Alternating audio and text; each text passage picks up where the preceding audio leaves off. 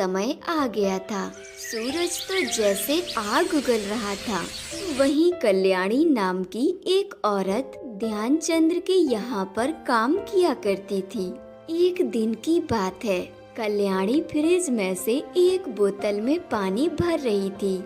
अरे कल्याणी, ये क्या कर रही हो? साहब, गर्मी बहुत है, मेरी बेटी को प्यास लगी है तो मैं फ्रिज से पानी निकाल रही थी ताकि थोड़ा सा पानी अपनी बेटी को दे दूं, जिससे उसकी प्यास बुझ जाए। मैंने क्या तुम्हारा ठेका ले रखा है? और हाँ, मैंने ये फ्रिज तुम्हारी बेटी के लिए नहीं खरीदा। जाओ, तुम्हें इस फ्रिज से पानी नहीं मिलेगा। और याद रखना, अगर तुमने ज्यादा चालाकी दिखाई तो तुम्हें काम से निकाल दूंगा। तभी ध्यानचंद्र के बेटे शिवा की आवाज आती है। कल्याणी, मुझे फ्रिज में से कोल्ड ड्रिंक ला कर देना। जी छोटे मालिक, अभी लेकर आती हूँ। शिवा थोड़ी सी कोल्ड ड्रिंक पीता है और बाकी को ऐसे ही छोड़ देता है। छोटे मालिक, आपने ये कोल्ड ड्रिंक को क्यों छोड़ दिया? पूरा पी लीजिए। कल्याणी, ये कोल्ड ड्रिंक गर्म हो गई है, अब इसको पीना बेकार है। फ्रिज में से बर्फ लाओ और दूसरी फ्रेश और ठंडी कोल्ड ड्रिंक लाकर मुझे दो। तुम तो जानती हो कि मुझे पानी पीना बिल्कुल अच्छा नहीं लगता। मुझे तो गर्मी में सिर्फ कोल्ड ड्रिंक पीना अच्छा लगता है। पर छोटे मालिक, इसका क्या करना है? एक काम कर, इसे तू अपनी बेटी को ले जाकर दे दे। माँ, आप यह कोल्ड ड्रिंक मेरे लिए लाई हो? हाँ बेटी, तू पी ले, मैं यह कोल्ड ड्रिंक तेरे लिए लाई हूँ। माँ, तुम कितनी अच्छी हो, इतनी गर्मी में कोल्ड ड्रिंक पीने का अलग ही मजा है। कोल्ड ड्रिंक पीकर कल्याणी की बेटी बहुत खुश होती है।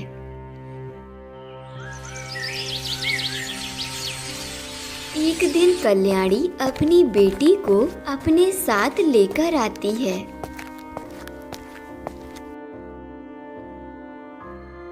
अरे तुम अकेली कम थी क्या, जो इसको भी साथ लेकर आ गई? साहब, आज स्कूल की छुट्टी थी और घर पर बहुत गर्मी लग रही थी और इसकी तबीयत भी ठीक नहीं थी, तो सोचा इसको भी लेकर आऊं, इसको भी अच्छा लगेगा। आप तो जानते हैं, हमारी झोपड़ी में हवा का एक पत्ता भी नहीं है। तो मैंने यहाँ पर क्या तेरी बेटी के लिए अनाथ आश्रम खोल रखा है? तुम लोग इसलिए अपने बच्चों को लेकर यहाँ आते हो ताकि एसी का मजा ले सको। ध्यानचंद्र कल्याणी को गरीब कहकर अपमानित करता है। शिवा टीवी में कार्टून देख रहा होता है। शिव बेटा, जरा इधर आना। क्या हुआ पापा? आप ही आ जाओ, मुझसे नहीं आया जाएगा। एसी के बिना बहुत गर्मी लग रही है। शिवा, इधर तो आओ बेटा, कुछ काम है, मुझे तुमसे जरूरी बात करनी है। ध्यानचंद्र अपने बेटे शिवा से कहता है कि वह गरीबों के साथ ना बैठे। बेटा, तुम इन गरीबों से हो सके तो दूर ही रहो। अगर इनसे बात करने लगोगे तो ये सर पर बैठ जाएंगे और सोच भी इन गरीबों की तरह हो जाएगी। इसलिए बेटा, जितना हो सके तुम इन लोगों से दूर ही रहना। समझ में आई तुम्हें हमारी बात?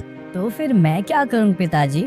जब मैं टीवी देखता हूँ तो उर्मिला भी आकर बैठ जाती है और मैं उसे भगा नहीं पाता, तो आप ही बताइए मैं क्या करूं? ध्यानचंद्र शिवा को बहुत अच्छी तरह से समझाता है। एक बार और समझा रहा हूँ बेटा, ये गरीब लोग बहुत चालाक होते हैं। काम करने के बहाने हम अमीरों के घर में एसी का मजा लेते हैं। जब ये कल्याणी की बेटी उर्मिला आती है तो तुम्हारे साथ बैठकर टीवी देखती है और तुम एसी में बैठते हो और ये भी एसी का मजा लेती है। इनको सैलरी भी दो और एसी की हवा भी दो, ये तो गलत होगा ना। शिवा ध्यानचंद्र की बातों को मान जाता है और उर्मिला के आने पर हॉल का एसी बंद कर देता है, जिसके कारण उर्मिला को बहुत गर्मी लगती है। जब उसके घर जाने का समय आता है तो बहुत ही तेज से धूप हो रही होती है।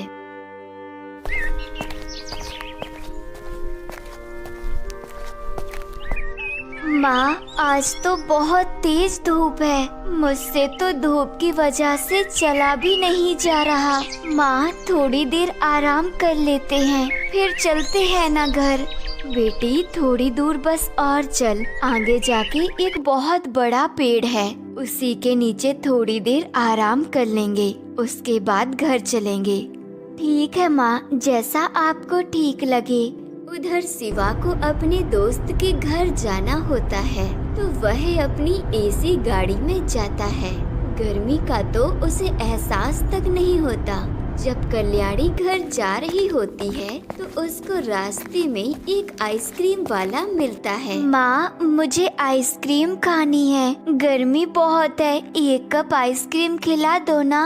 आइसक्रीम तो बहुत बेकार चीज होती है, तू घर चल, मैं तुझे मटके के ठंडे ठंडे पानी में सत्तू बना कर देती हूँ।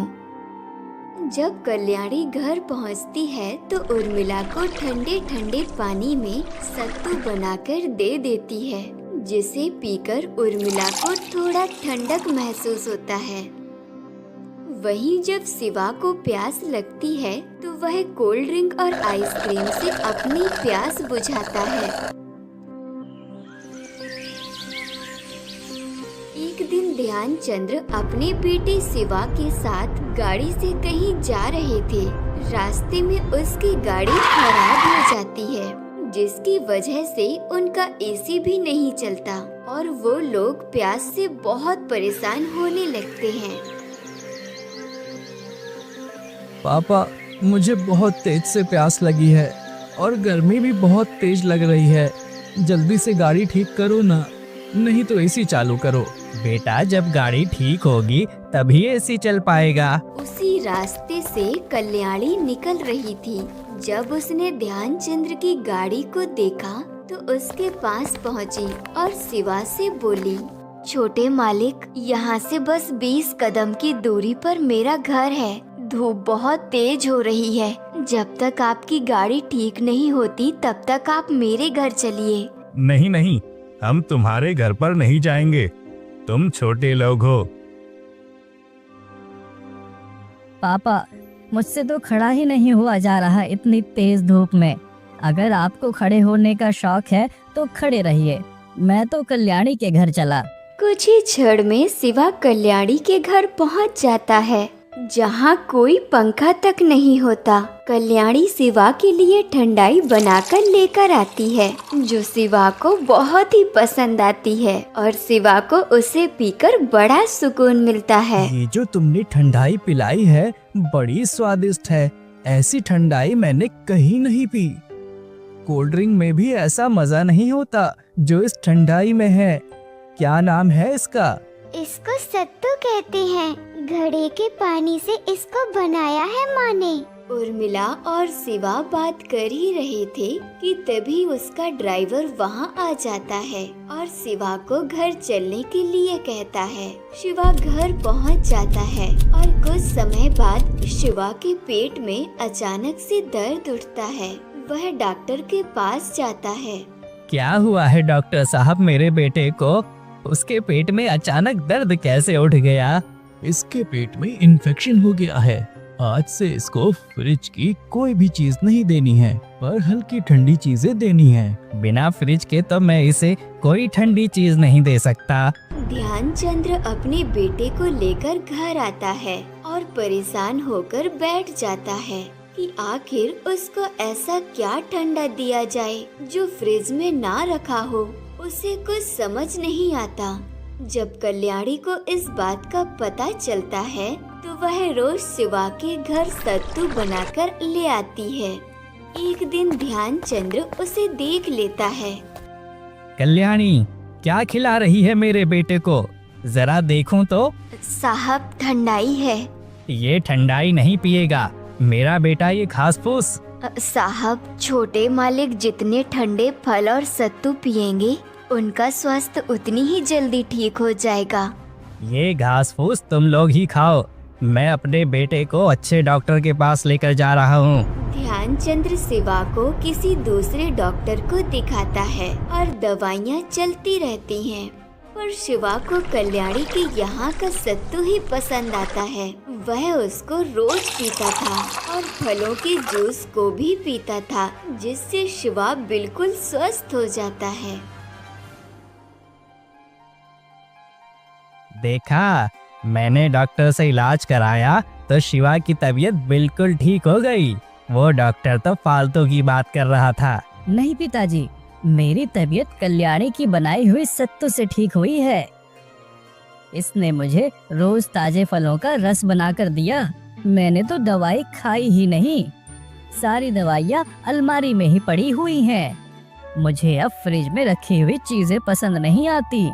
मुझे तो अब घड़े का पानी बहुत स्वादिष्ट लगता है। तुम किन बातों में पड़ गए? कल्याणी ने तुम्हें बिगाड़ दिया है शायद। पापा, आप भी एक बार ये सत्तू पीकर देखो ना। आप ये महंगी से महंगी कोल्ड ड्रिंक पीना छोड़ दोगे। ये मेरा अनुभव आपसे कहता है।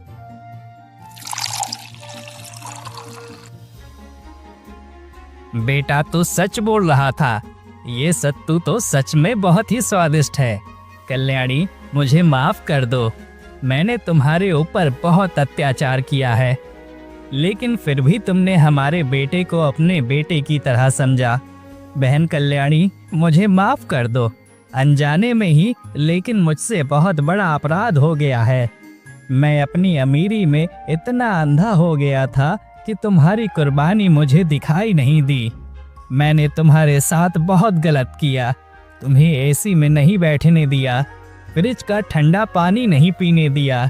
फिर भी तुमने शिवा की बीमारी में उसकी मदद की, उसे ठीक कर दिया।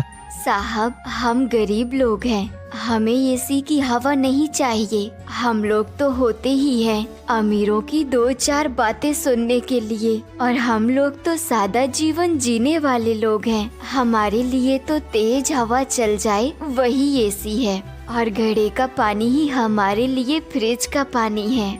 कल्याणी, तुमने आज हमारी आंखें खोल दी। मुझे समझ में आ गया कि अमीर दिल से बना जाता है और तुम्हारा दिल बहुत बड़ा है। आज से तुम मेरे घर का एसी कितना भी उपयोग में लाओ,